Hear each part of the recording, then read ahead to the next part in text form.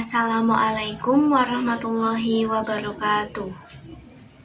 Perkenalkan, nama saya Sabrina Tantri Zahra, nomor absen 25 dari kelas 10 kuliner 1. Di sini saya akan menjelaskan bab 3 tentang pengaruh agama dan kebudayaan Hindu-Buddha di Indonesia.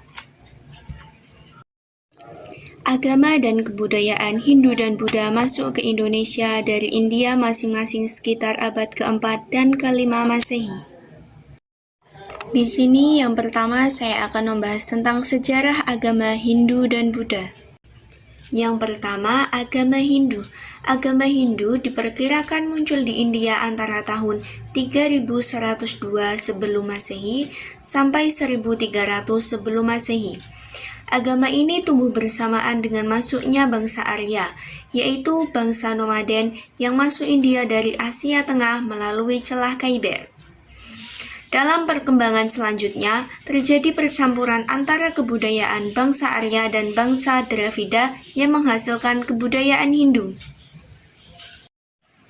Perkembangan agama Hindu di India pada hakikatnya dapat dibagi menjadi 4 fase, yaitu yang pertama, zaman Weda.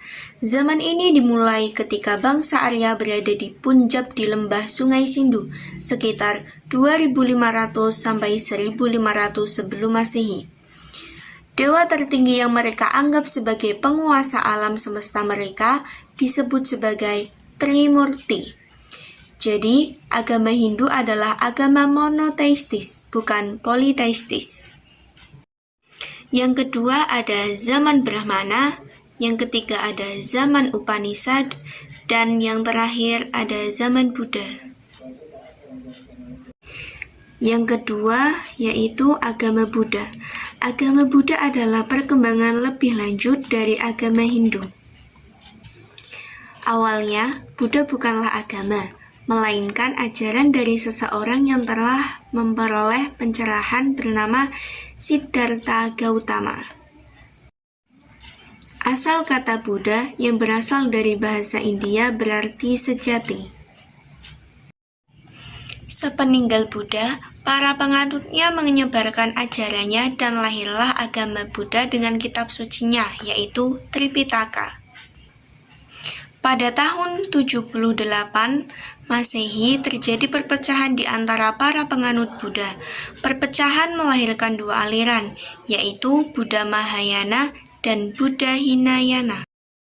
Di Indonesia, Thailand, Kamboja, Vietnam, Myanmar, dan Laos, aliran Hinayalah yang berkembang, sedangkan aliran Mahayana lebih berkembang di Tiongkok, Korea, Taiwan, dan Jepang.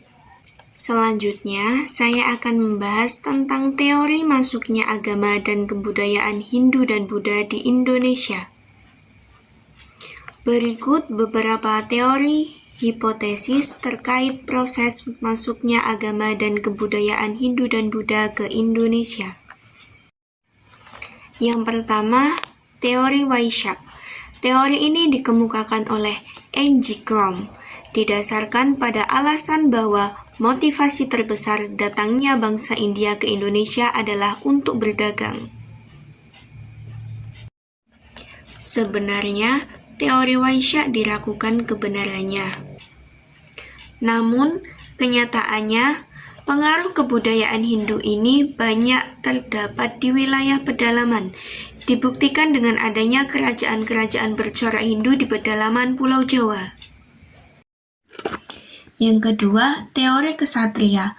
Menurut teori kesatria yang dikemukakan F.D.K. Boch, pada masa lampau di India sering terjadi perang antar golongan. Para prajurit yang kalah atau jenuh menghadapi perang lantas meninggalkan India. Kelemahan teori ini adalah tidak adanya bukti tertulis bahwa pernah terjadi kolonisasi oleh para ksatria India. Yang ketiga, teori Brahmana. Menurut teori yang dikemukakan J.C. Van Leer ini, para Brahmana datang dari India ke Indonesia atas undangan pemimpin suku dalam rangka melegitimasi kekuasaan mereka sehingga setaraf dengan raja-raja di India. Yang keempat, Teori arus balik. Menurut teori yang dikemukakan oleh C. Soides ini, berkembangnya pengaruh dan kebudayaan India ini dilakukan oleh bangsa Indonesia sendiri. Selanjutnya, saya akan membahas tentang kerajaan-kerajaan Hindu-Buddha di Indonesia. Yang pertama ada Kerajaan Kutai. Kutai merupakan salah satu kerajaan Hindu tertua di Indonesia. Berdiri sekitar abad ke-4. Kerajaan ini berlokasi di daerah Kutai, Kalimantan Timur. Sumber tentang Kerajaan Kutai sangat terbatas, namun dari ketujuh yupa dapat disimpulkan beberapa hal berikut. Pertama, disebutnya nama Kudungga yang menurut para sejarawan merupakan nama asli Indonesia. Kedua, Raja Mulawarman melakukan upacara pengorbanan dan memberikan hadiah atau sedekah kepada para Brahmana sejumlah 20.000 ekor sapi. Yang kedua ada Kerajaan Tarumanegara. Kerajaan Hindu tertua lainnya adalah Kerajaan Tarumanegara. Letaknya di wilayah Jawa Barat. Hal ini dibuktikan dengan adanya sejumlah prasasti di wilayah sekitar Bogor. Prasasti Ciaruten, Kebon Kopi, Jambu, Pasir Awi, dan Prasasti Muara Ciaten. Prasasti Tugu di Cilincing atau Jakarta Utara, dan Prasasti Cidanghiang di Desa Lebak, Banten. Menurut Carita Parahyangan, Kerajaan Sunda didirikan oleh Tarusbawa pada tahun 669 atau 591 Saka. Sebelum berdiri sebagai kerajaan yang mandiri, Sunda merupakan bawahan Tarumanegara. Yang keempat ada Kerajaan Melayu. Kerajaan Melayu adalah kerajaan bercorak Buddha yang terletak di Sumatera. Lokasinya dekat Selat Malaka, yaitu sekitar Jambi atau Canpei. Persisnya di tepi kiri kanan sungai Batanghari. Hal ini dibuktikan dengan banyaknya temuan berupa candi dan arca di tempat ini. Penduduk Kerajaan Melayu sebagian besar memeluk agama Buddha. Seorang pendeta Buddha bernama Dharmapala pernah didatangkan secara khusus dari India untuk mengajarkan agama ini. Sekitar tahun 692 Masehi, kerajaan ini ditaklukkan Sriwijaya sampai abad ke-12. Tidak ada lagi keterangan sedikit pun tentang Kerajaan Melayu. Yang kelima ada Kerajaan Sriwijaya. Sriwijaya adalah salah satu kemaharajaan bahari atau maritim bercorak Buddha yang pernah berdiri di Pulau Sumatera dan memberi banyak pengaruh di Nusantara. Daerah kekuasaannya membentang dari Kamboja, Thailand Selatan, Semenanjung Malaya, Sumatera, Jawa, dan pesisir Kalimantan. Berdasarkan tulisan pada Prasasti Ligor 775 Masehi, disebutkan Raja Sriwijaya Dharmasetu mendirikan pelabuhan di Semenanjung Melayu di dekat Ligor. Ia juga membangun sejumlah bangunan suci agama Buddha. Masyarakat Sriwijaya sebagian besar hidup dari perdagangan dan pelayaran. Yang keenam ada Kerajaan Kalingga. Kalingga adalah kerajaan bercorak Buddha di Jawa Tengah yang berdiri sekitar abad ke-7. Nama Kalingga berasal dari sebuah nama kerajaan yang terdapat di wilayah India Selatan. Lokasinya masih diperdebatkan, kemungkinan di sekitar Blora dan Cepu atau Jawa Tengah. Karena keterbatasan sumber sejarah, tidak banyak yang dapat diceritakan tentang kehidupan sosial politik kerajaan ini. Berita Tiongkok hanya menyebutkan kerajaan ini memiliki hasil bumi yang sangat laku di perdagangan, seperti emas, perak, cula badak, dan gading gajah. Yang ketujuh, ada Kerajaan Mataram.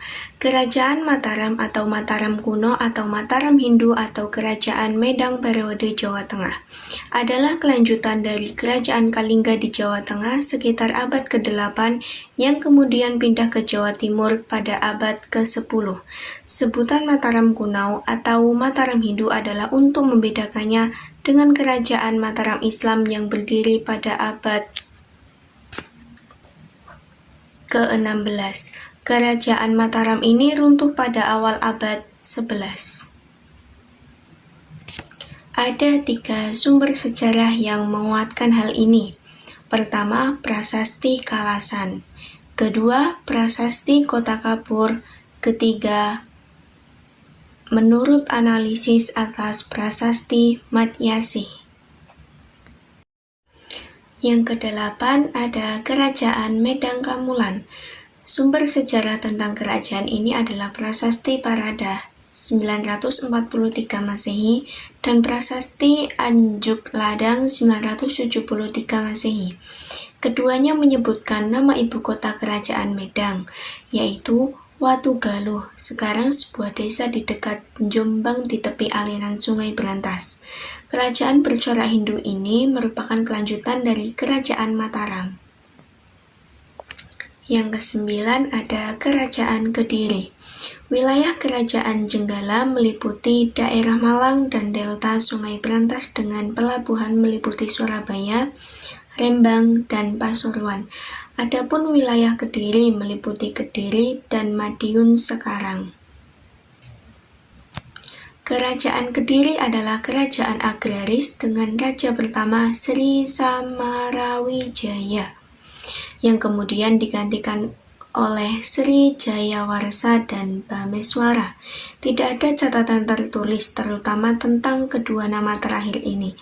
Yang jelas, pembagian wilayah kekuasaan tidak menghentikan perang antara dua kerajaan bersaudara ini. Yang ke-10 ada Kerajaan Singasari.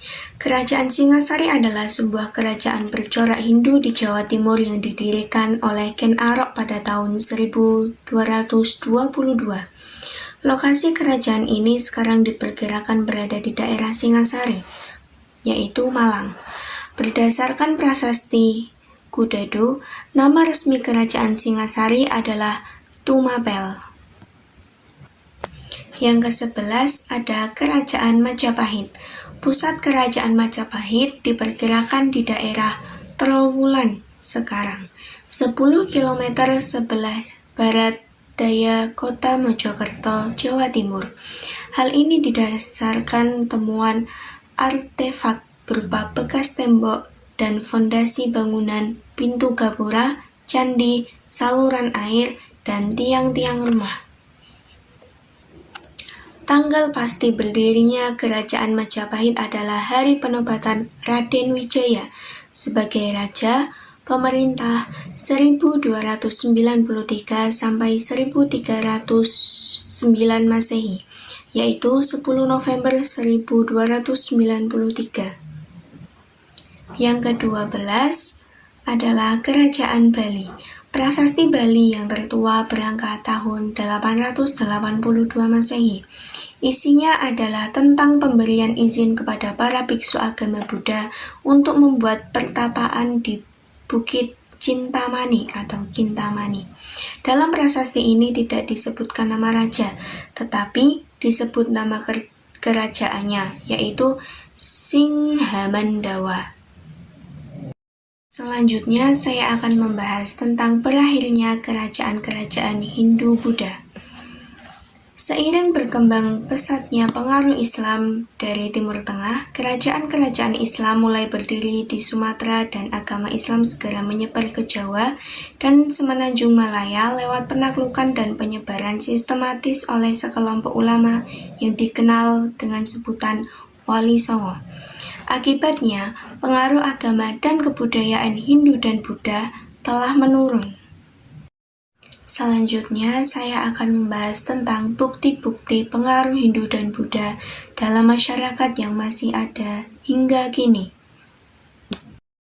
Berikut peninggalan-peninggalan sejarah dari masa Hindu-Buddha. Yang pertama ada bahasa dan tulisan. Bukti pertama dikenalnya tulisan di Nusantara adalah penemuan tulisan di atas 7 buah yupa abad keempat di wilayah Kutai, Kalimantan Timur. Jejak sejarah berupa tulisan itu dapat dilihat melalui berbagai prasasti, kitab, dan manuskrip. Yang kedua ada politik dan sistem pemerintahan. Yang ketiga ada ekonomi dan sistem mata pencarian hidup. Yang keempat ada agama dan sosial budaya. Yang kelima ada seni bangun, seni pahat, dan relief candi. Dengan adanya akulturasi, keterampilan-keterampilan yang telah ada ini mengalami peningkatan dan mengalami kemajuan pesat ketika masyarakat praaksara sudah mulai mengenal tulisan. Proses tersebut tampak pada hal-hal berikut. Yang pertama ada aksara dan bahasa. Yang kedua ada sistem kepercayaan. Yang ketiga ada kesusastraan. Yang keempat ada sistem pemerintahan.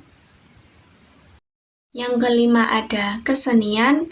Yang keenam ada sistem bangunan tata kota.